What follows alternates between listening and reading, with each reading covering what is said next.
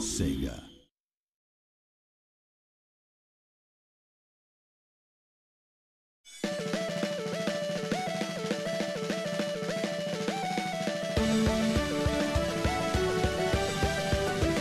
Hey everybody, it's Chugga Conroy, and welcome to my new Let's Play of Sonic Colors for the Nintendo Wii. One of my personal favorite Sonic games, and to a lot of people, the first really great Sonic game to come out in a long time at the time of its release.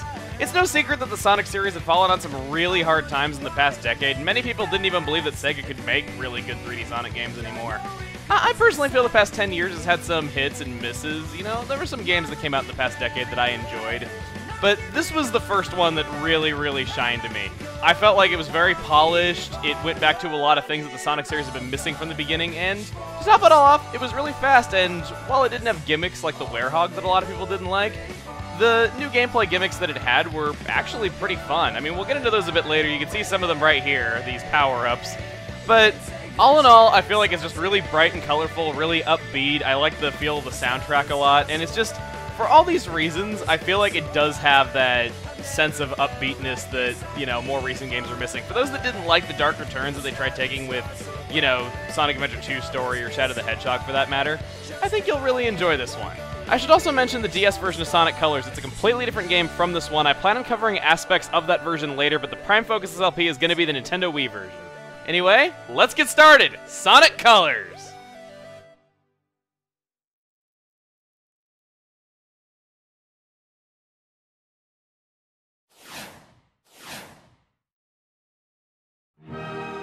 Such a glorious title screen for such a glorious game. And as we get this started, it is mandatory for me to make the one joke that every Let's Player of Sonic Colors before me has ever made, and thus I must follow suit and make it too. So now that we're getting this started, a 3D Sonic game that begins on a level and not with a cutscene? Yeah, it was completely necessary for me to say that. Anyway, getting started here, this is going to look very familiar to those of you that have played Sonic Unleashed. It's basically daytime Sonic Unleashed. You know, you can boost, you can drift, you can do all kinds of things, and the gameplay just feels very fast. However, there's nothing like the Werehog or anything like that. You don't have to worry about gameplay being slowed down or anything like that for those that didn't really care for that. Anyway, we got some egg pawns right here. Go ahead and destroy them. The ones that hold signs will give you boost power. Boosts can be used to move quickly, but also to attract rings to you that are nearby. Kind of creates a bit of a fisheye lens effect, so it's easier to see. Here we go. Let's collect some more boost power right there. Alright, so I gotta say, I love the Tropical Resort a lot. I like just how bright and colorful it looks. I like the upbeat music. Just so many things to it. To me, it's just pure happy feeling starting off this game, and I feel like that Sonic games have kind of done that for a while. I mean, some people might have liked the darker tone that the Sonic series was trying to take for a while, but personally, there was nothing quite like the feel of, you know, just, I guess, upbeatness. I mean, you are a blue hedgehog fighting a giant egg-shaped scientist with a giant smile on his face. I don't think there's really anything more I need to say to it than that. Anyway, go ahead and boost forward. No, that view. I'll say that this game is one of the very few times that a third-party Wii game has actually legitimately impressed me on visuals. I mean, I'm definitely supporting of this game someday getting an HD port. I'd like to see that, but anyway, right here is one of my favorite things in the game. Good, great, awesome, outstanding, amazing! All I did was press A! Okay, I've quoted that many times over the years, but it's just one of those things that I can never get enough of. It's just so funny and crazy and out of place for just pressing A. Anyway, we destroy a capsule and rescue some creatures. What does that sound like? Anyway, here at the end of a level, we're on a ranking screen, and I can destroy parts of the ranking screen, and if I destroy them, I can get myself some rings and some extra lives. I'm trying to get the extra life right here. Come on, there we go. Yeah, got it. If I was to get an A rank, I'd get a 1-up for free that would just drop down, and I'd get another from destroying the stuff, but I get another for destroying numbers. But if I was to get an S rank, you would actually get 3-up. So, yeah, just kind of a nice little extra that they reward you for playing well, of course. I'm not the biggest fan of being graded on gameplay, but at least if they're going to do it, give me some extra lives and not just a letter grade. Right here, though, you might notice that we were moving in 3 dimensions quite a bit in the past level, in Act 1. We had some cases where we were going into 2D, but right here we have a level that kind of starts off in 2D. And that's kind of one criticism some people have against Sonic Colors, is that even though it is a good game, it spends a lot of its time in 2D, and while I don't think that's too much of an issue, I mean, I think it's pretty obvious that Sonic kind of lends himself better to 2D gameplay. I don't know, it just never really bothered me all that much. Anyway, though, back there I collected something that was a red ring with a star in it. Those are just simply known as red rings. There's actually another one on top of that fountain right there. And I kind of want to get into those really quick, just because I'm typically known for getting 100% whenever I do a Let's Play of a game. But the red rings, a lot of them you can't collect on your first run of a given level. And on top of that, I feel like it just wouldn't be as fun if I'm just stopping and to try to collect red rings or going back for ones that I've missed midway through the level. So I'm going to be playing these levels quickly, but at the end of a world, I will go back and get any red rings that I can currently get, or just ones that I ran right past just because they weren't in the way that I was going through the level. So for those that are wondering about that, that is kind of going to be how I'm going to be handling that. Boosting these enemies, let's hit this, and behold, the most jerkish red ring placement in an early level ever. It's beyond the goal right there, sitting on that bench. Just chilling out, hanging out at the park, and just like, yeah, I'm just going to hang out here. Ooh, another B rank. Can I get an A? Nah, not quite an A. 59,000 points short, unfortunately. You know, that's actually one thing that bugs me a little bit. I don't know if it would bother many other people that much. I kind of like how they tell me how close I was to the next rank, but at the same time, if it's like by 3,000 points, I'm just like, dang it, if I just picked up like one extra ring, it would have been fine. So, in some ways, I kind of prefer not knowing that. Anyway, let's go on. Welcome to Eggman's incredible interstellar amusement park, where you can enjoy 5 planets for the price of 1. He loves to hear his own lips flap, but I gotta hand it to the Eggster. This place is epic. Everyone and their brother is gonna want to come here. No doubt, but now I'm not sure why we're here. This place looks totally harmless.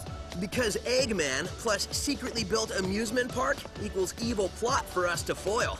Lucky for us, he's not very good at keeping things hidden. True, it would be pretty hard to miss a giant floating space amusement park surrounded by planets. Still, an evil plot? I don't know. Wow! Plot or not, you can't be mad at this view. This place has taken beauty to the next level. I'm just surprised that it was so easy to sneak in here. I wouldn't say it was that easy. Hello, happy people. Buckle up as Eggman's ultra-accelerating space elevator whisks you to an interplanetary wonderland of fun. I can't believe somebody was dumb enough to leave the keys in this thing. It's like Eggman's begging us to sneak in and trash the place. Oh man, this thing's got crazy fast acceleration. You call this fast? This amusement park has been constructed entirely out of a sense of remorse for my past transgressions, and is in no way associated with any sort of evil plot or premeditated misdeeds. Well, that's a relief.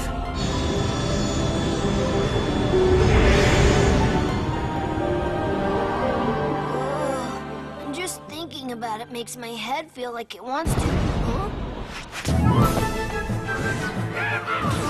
Oh, little aliens! Your voice chip is stuck on Cowboy again. Stop talking and net those aliens. Yeah, got it, partner! Come on here, you little varmints! Come back here! I'm gonna get you! Hey, come here! Gotcha! I'm not sure what's going on, but I'm sure of what I'm gonna do.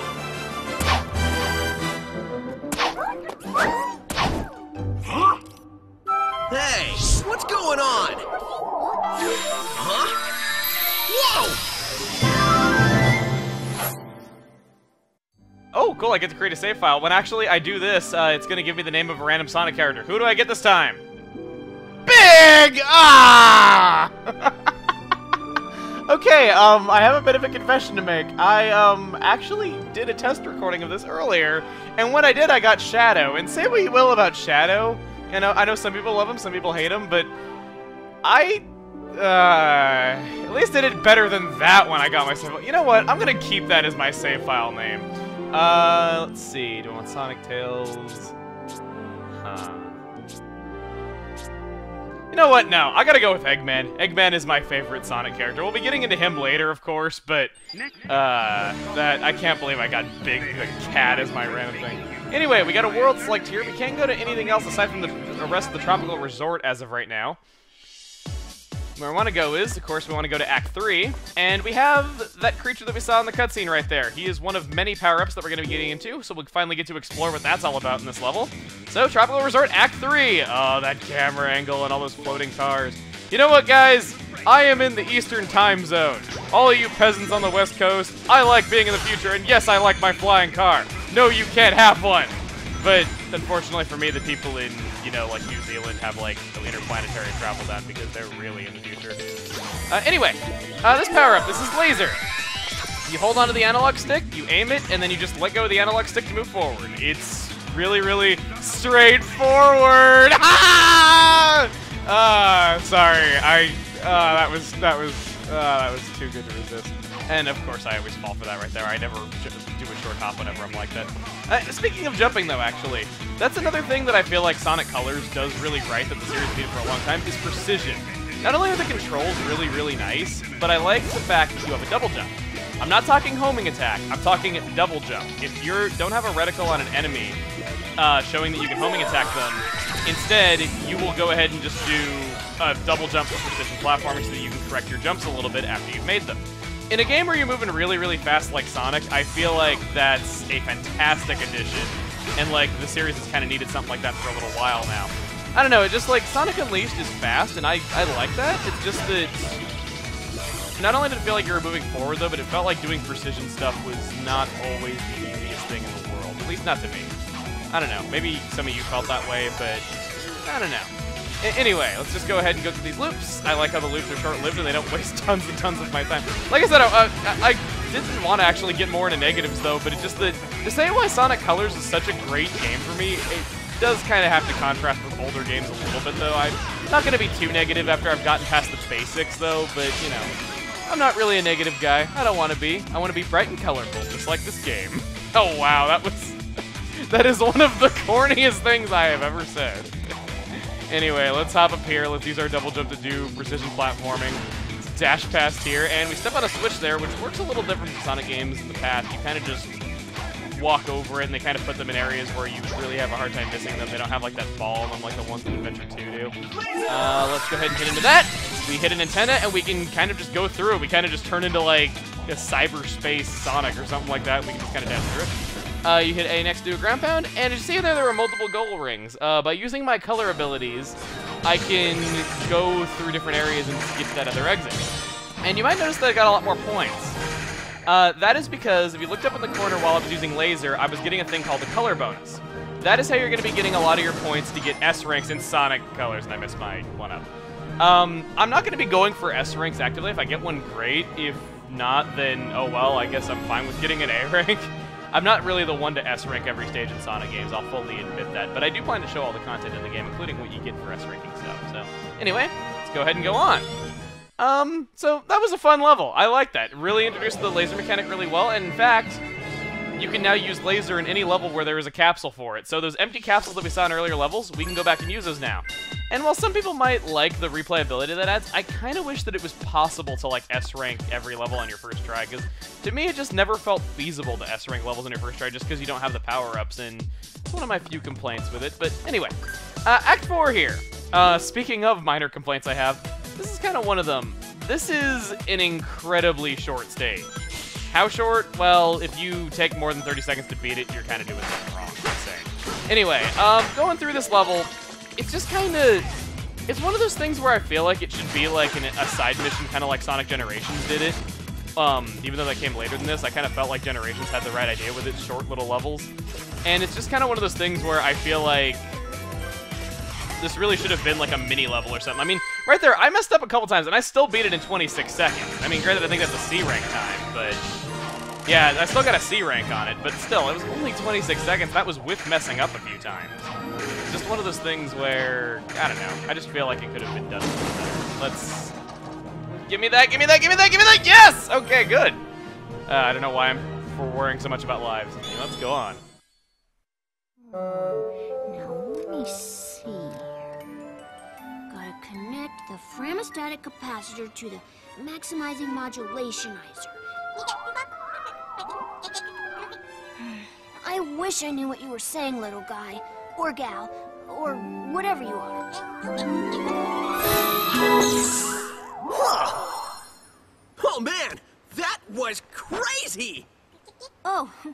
I was reconfiguring my handheld into a translator so I can understand this guy. Did you go somewhere? Didn't you see? I absorbed those aliens and got powered up with, like, some kind of wild energy. And after a few seconds, they'd pop out of me. I find that hard to believe. Huh? Okay, seriously? We need to find Eggman and figure out how catching these aliens fits into whatever heinous plan he's hatching. And wreck that plan, right? Yeah, that's pretty much how we spend our time. This game was actually written by the writers from Happy Tree Friends and Mad World. Yeah, kinda out there compared to what you'd expect from a Sonic game, I'll say that much. Anyway though, we've gone through 4 acts of Tropical Resort. We've gotten some exposition as to what's going on here at Eggman's Incredible Interstellar Amusement Park. I say we end things off here. Next time on Sonic Colors, we'll be exploring more of Tropical Resort, hopefully all the way to the end. See you guys then! Please refrain from throwing coins, trash, or small children into the reflecting pools. The unfiltered starlight from the lovely constellations above you is full of deadly radiation. Help yourself to our complimentary SPF 3000 star block. And by complimentary, I mean quite expensive. The foliage you see was pilfered from various environmentally fragile planets. Please enjoy them, as they are the last of their kind.